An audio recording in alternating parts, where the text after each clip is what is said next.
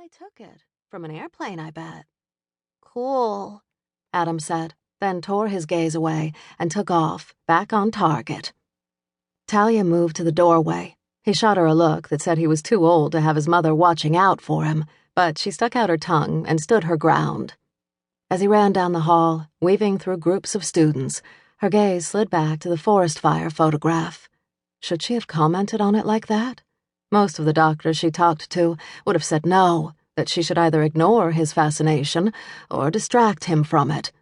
Maybe Talia was naive, but that didn't seem right to her. Treat it as normal. That's what she thought she should do. Act as if Adam's fixation with fire was neither positive nor negative, just a fact of his life, like another child's obsession with cars or trains. Budding pyromania. That's what the experts called it. Pyromania. Talia could barely even think the word, as if that gave it a validity it didn't deserve. Yes, her son was fascinated by fire, but there was a huge difference between staring at a candle flame and lighting your bed on fire. Adam didn't start fires, he just liked to watch them. And, yes, maybe that was a warning sign, but pyromania seemed a simplistic explanation that ignored so many other things. When Adam struck out in anger, which was luckily very rare, his hands were hot enough to give a physical jolt, like touching fire itself. The last time he'd done that, 3 months ago, with a bully at school, he'd left a mark on the kid's skin. That's when the parade of experts had started. Now, after months of searching, she'd ended up here, at the office of a different kind of doctor, a college professor. She looked at the nameplate again. Robert Vasic, Ph.D. Nothing to indicate his area of expertise, or even his department. She could have looked that up. She should have. No one could accuse Talia of being anything less than thorough, especially when it came to her son's care. But this time, when the nurse at the last specialist's office had taken her aside and slipped her Vasic's number, she'd made an appointment without even looking him up. She was that desperate. "Do you think he forgot about us?" Talia jumped and looked at the student Adam had nearly bowled over. The young woman smiled. "Sorry, I was just wondering whether Dr. Vasic was going to show up. He can be a bit absent-minded." "Oh?" Talia said, trying to sound interested as she leaned to look for Adam. "Last month, we were supposed to have a quiz, and he completely forgot about it." The girl grinned. "Not that anyone complained." Adam was still at the vending machine, trying to make a decision.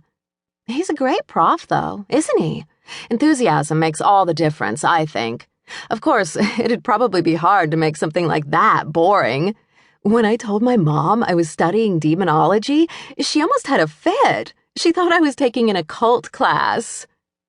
Talia stared at the young woman, her mouth opened, but before she could speak, the student continued.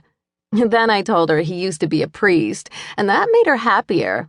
I think she figures we're learning about exorcisms and stuff. My aunt called last week, asking if I could take a look at my little cousin, check for signs of possession. I think she was joking, but I'm not sure." Demonology? Former priest? Possession? Oh, God, what had she done?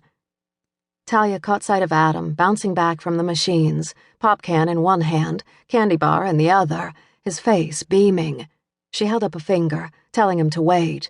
Then she grabbed her purse and his homework, murmured something to the student about remembering another appointment, and raced out.